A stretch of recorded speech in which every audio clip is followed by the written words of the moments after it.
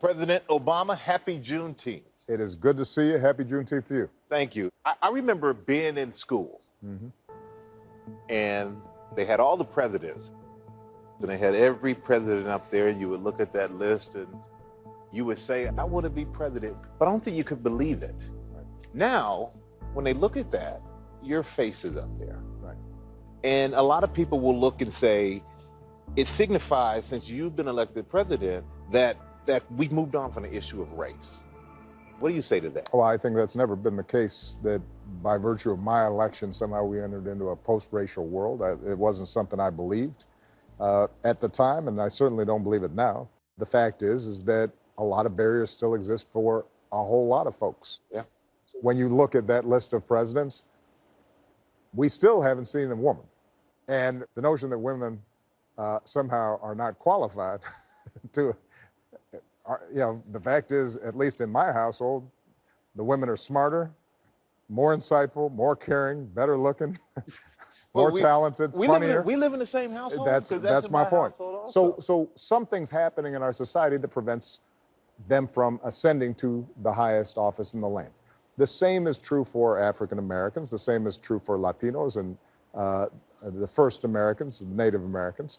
The odds are stacked in ways that prevent a lot of young people from realizing their potential. And we can do something about it. you ran on hope. We are choosing hope over fear and sending a powerful message that change is coming to America. We're now in 2021, and we have the pandemic, the insurrection, racial reckoning. A lot of people feel like they've lost hope. Mm-hmm. How can people get that hope back? You get hope back from, for me at least, taking the long view and recognizing that resilience, determination, the ability to deal with setbacks and disappointments and keep going, that those are qualities that can carry us forward. And no one has exhibited that more historically in this country than African Americans. In your book, you spoke about deep divisions in this country. One of the deepest divisions is the police and the use of force. What do you see as our next steps on the path forward with that? Well, first of all, I could not be prouder of the young activists who responded to the George Floyd murder and so many of the other incidents that we've seen over the last several years. No justice! No peace! You had a level of white participation in those protests that you never saw, even at the height of the civil rights movement back in the 60s. The key now is to translate that righteous, anger and frustration and sadness into concrete policies. The Capitol and the mob, which we both saw storm the Capitol.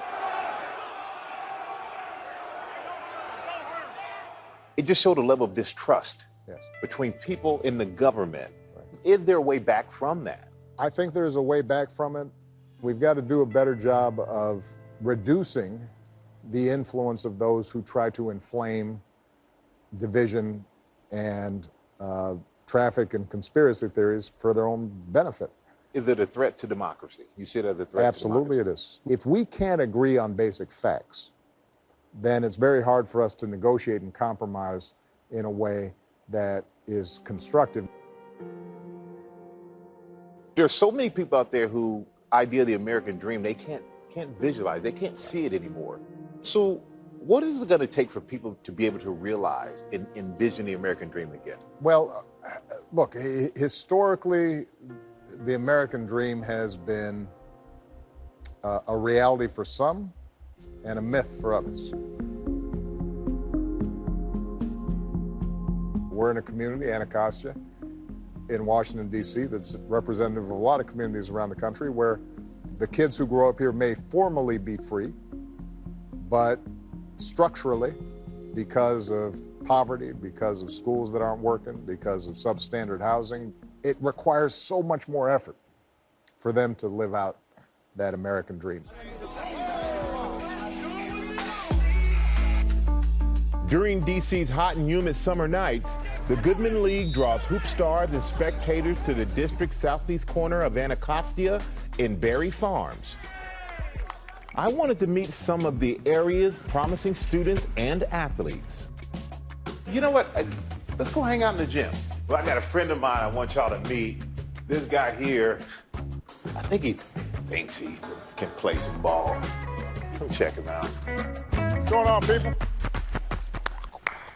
Oh, come on over here. So these are the stars. President Obama. These are some of the kids from the Goodman League and a few other schools here. Very talented athletes. They look like they got game.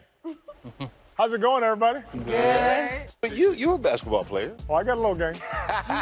But by your own, here's your quote. A passionate basketball player of limited talent. Well, look, you don't see me in the NBA. I had to do something else. What are you guys' plans in terms of what you want to be doing next year?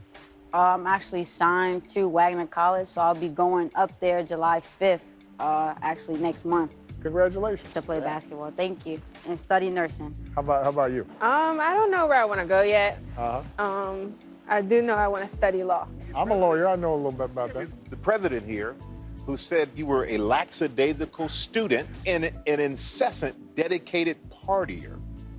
But now he stands before you, the president.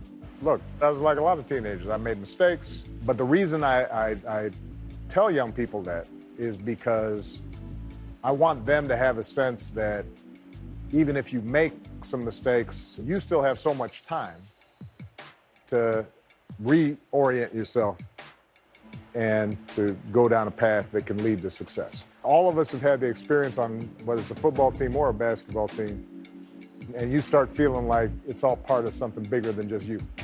And the same that's true in sports is true in life. We've been talking about everything that's been going on, what happened to George Floyd and all the protests. And I'm just curious, did any of you participate in any protests? Yes, I was down there one day. And why was that important for you? Just got tired of just seeing it, just to come together as a community. It was a good thing.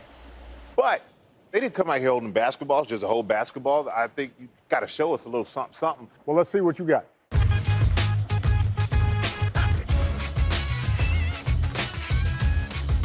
Everybody smiling? All right, one more time. Okay, great. What keeps you up at night and what gives you the most joy? What keeps me up at night, how does our democracy get refreshed and updated so that it continues to work effectively as we become a more diverse society? How can we ensure that if you work hard in this country, you can make it? What gives me joy is my daughters.